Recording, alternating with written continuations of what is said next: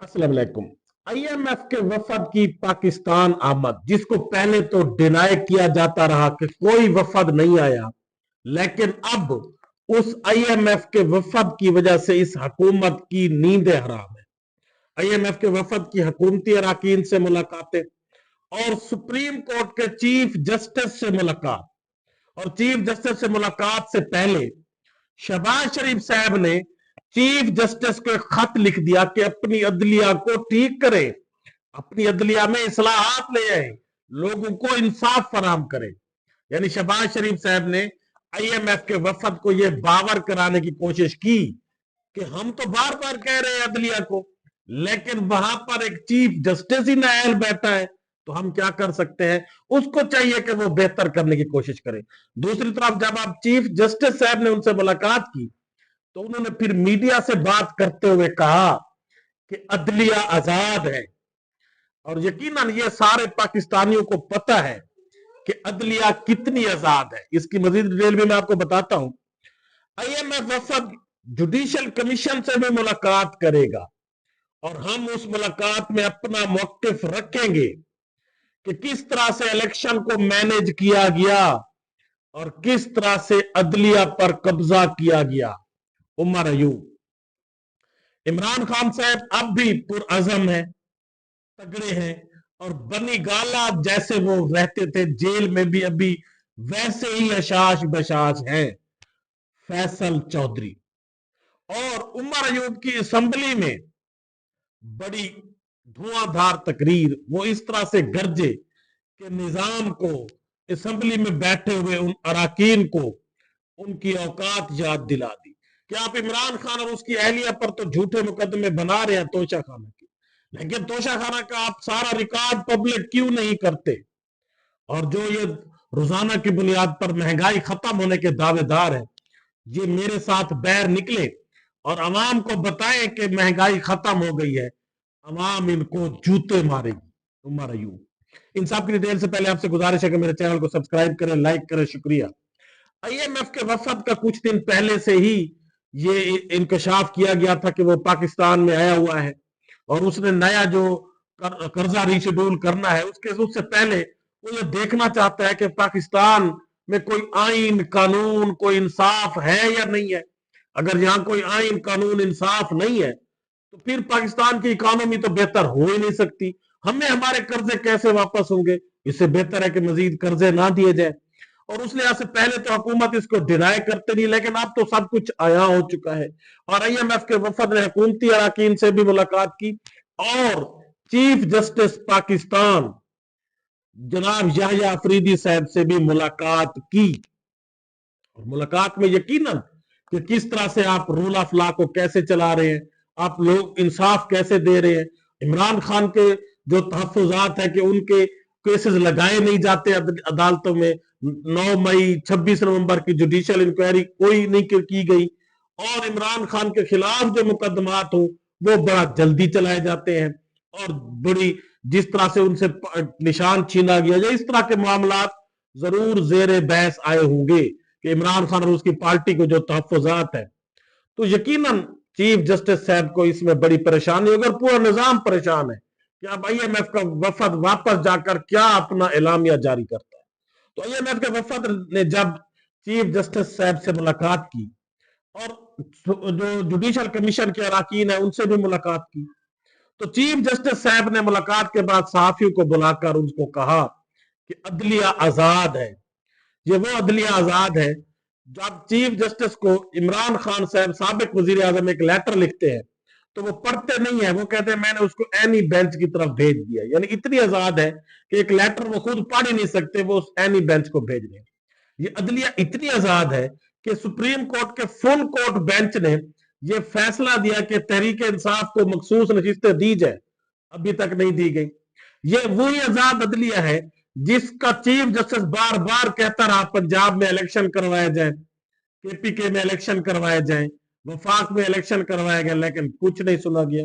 ये वही आजाद अदलिया है जिसका चीफ जस्टिस ने जब इलेक्शन ना करवाने पर फैसला देना था तो मौलाना फजलुर रहमान साहब को सुप्रीम कोर्ट के अहाते में घुसा दिया गया और चीफ जस्टिस साहब फिर फैसला ही ना दे सके। वो फिर बदियाल साहब चले तो गए लेकिन वो फैसला नहीं दे सके।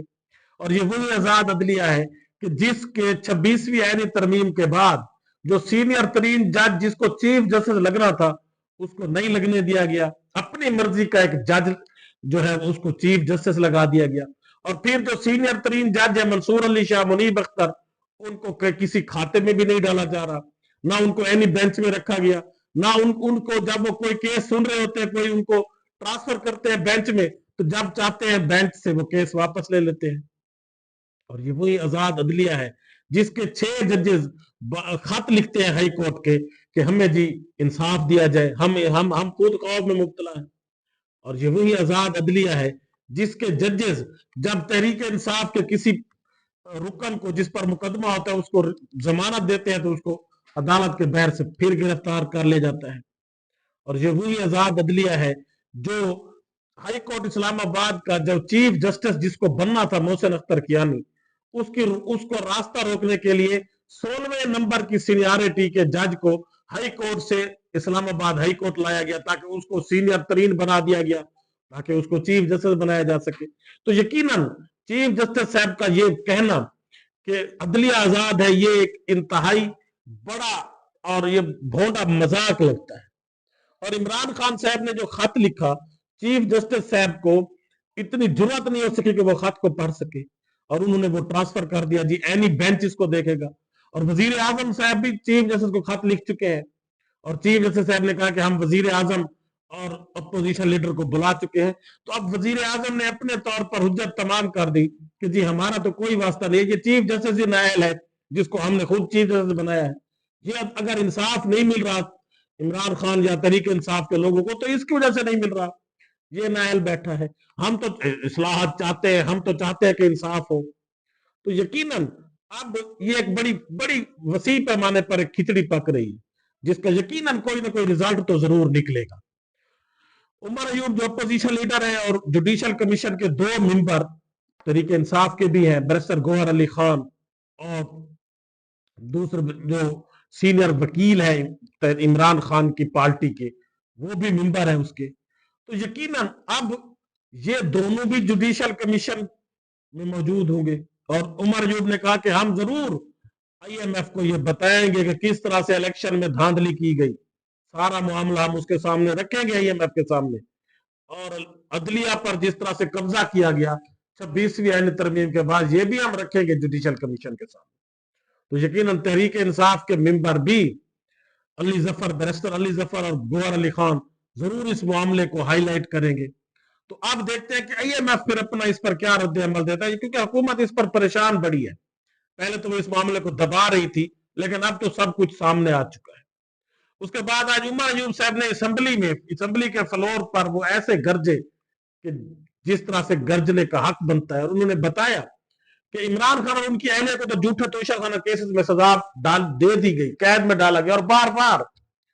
लेकिन मैं मुतालबा करता हूं कि तोशाखाना का सारा रिकॉर्ड पब्लिक किया जाए ताकि नवाज शरीफ और जरदारी फैमिलीज ने जो बड़ी बड़ी मरात ली है तोशाखाना से, बीएमडब्ल्यू गाड़ियां तक ली है, उसको भी सामने लाया जाए, इनको भी कटहरे में लाया जाए। और उन्होंने ये भी कहा कि मैं चैलेंज करता हूं कि ये मेरे साथ निकले और बाजारों में जाएं और लोगों को कहें कि जिस तरह से ये हमें यहां कहते हैं पार्लियामेंट में महंगाई कम हो गई है तो लोग इन्हें जूते मारेंगे। और फिर अपोजिशन ने शोर शराबा किया। उमर अयूब ने कहा कि ये हकैक है, आप आवाम के सामने तो जाए। और यकीनन ये इंतहाई शर्मनाक बात है जो वजीर आजम साहब कहते हैं कि महंगाई पिछले 7 साल से भी पीछे चली गई है। महंगाई 2022 अभी 2 साल पहले की बात है जब पेट्रोल 150 रुपए लीटर था, अब 250 रुपए से भी ऊपर है। और जब डॉलर 170 था अब 300 के करीब है। और सारी महंगाई वैसे खड़ी है, अवाम गरीब अवाम का जीना मुश्किल हो गया और ये पार्लियामेंट में बैठकर ये मीडिया के सामने बैठकर कहते हैं कि महंगाई बिल्कुल खत्म हो गई है। रोजाना की बुनियाद पर चीनी की कीमतें बढ़ाई जा रही है, पेट्रोल की कीमतें बढ़ाई जा रही है, एल्स की कीमतें और हर चीज की कीमतें बढ़ाई जा रही है। और अब साथ ये भी कहते हैं कि महंगाई खत्म हो गई। ऐसे लोगों के लिए गालिब ने कहा था कि काबे किस मुंह से जाओगे गालिब, शर्म तुमको मगर नहीं आती। और फैसल चौधरी साहब ने आज इमरान खान से मुलाकात की। उन्होंने कहा कि इमरान खान साहब पहले से भी ज्यादा पुरज़म है, वो हमसे भी ज्यादा हशाश बशाश है, वो तनोमंद है, वो चुस्त है, वो एक्टिव है और वो तगड़ा खड़ा है। اور عمران خان ویسے ہی ہے جیسے وہ بنی گالا میں تھے. وہ ہمیں ڈانٹتا ہے کہ آپ چست ہو کر چلا کریں, ایکٹیو رہا کریں, صحیح بات کنوے کیا کریں, آگے ایسے کمزور نہ پڑا کریں, دلیروں کی طرح رہا کریں. تو یقیناً وہ قیدی نمبر 804 جو جیل میں حشاش بشاش اور تگڑا بیٹھا ہے, اسی کی وجہ سے یہ خوف زدہ ہے. اور یہ روزانہ کی بنیاد پر مختلف جھوٹے پروپیگنڈے کرتے ہیں, یہ مختلف اور کیسز بناتے ہیں تحریک انصاف کی لیڈرشپ کے اوپر, اور ایسی باتیں بناتے ہیں تاکہ, اور یہ اس کی تصویر کو باہر نہیں آنے دیتے. کیوں؟ کیونکہ ان کو پتا ہے کہ لوگ دیکھیں گے کہ وہ تو پہلے سے بھی زیادہ تگڑا کھڑا ہے. یہ اس کی تصویر اسی لیے خوف زدہ ہے, یہ عوام کے سامنے اس کی تصویر نہیں لانا چاہتے. اور یہ بہر بادقت کہتے ہیں کہ عمران خان کو فلاں بیماری, وہ تو آج تک اس نے کوئی بخار کا بھی بہانہ نہیں بنایا. اور یہ اگر وہ تھوڑا سا بھی کمزور پڑتا تو یقیناً یہ میڈیا کے سامنے لے آتے کہ عمران خان تو ختم ہو چکا ہے, وہ تو اب بس جانے کی تیاری میں ہے. لیکن یہ خوف زدہ اسی لیے ہے کہ وہ پہلے سے بھی اچاش بچاش, اور وہ اپنی پارٹی کی لیڈرشپ کو کہتا ہے کہ میں ڈٹا ہوا ہوں, آپ تگڑے ہوں, آپ کمزور نہ ہو. وہ تو لیڈرشپ کو کھینچتا ہے. اور یقیناً عمران خان وہ واحد لیڈر ہے جس نے اس قوم کو یقیناً جگا دیا ہے. اب کچھ بھی کہیں, قوم اب اس کے پیچھے کھڑی ہے, ڈٹی ہوئی ہے. وہ 2-3 ایکسریا سے جیت چکا تھا, آپ نے الیکشن چوری کیا, لیکن اب وہ اس سے بھی زیادہ پاپولر ہو چکا ہے عوام کے اندر. آپ جتنا ظلم بڑھاتے جا رہے ہیں, عوام کے اندر اس کی محبت, اس کی ہمدردی بڑھتی جا رہی ہے. اب جتنے کیسز میں اس کو سزائیں دیتے جا رہے ہیں, عوام کے اندر وہ مزید اس کی جو معصومیت ہے, مزید اس کے اوپر جو ظلم آپ کر رہے ہیں, عوام کے اندر اس کی ہمدردی بڑھتی جا رہی ہے. اور یقیناً ایک نہ ایک دن عوام کا یہ لاوا پھٹے گا اور آپ اس کو روک نہیں سکیں گے. اللہ حافظ.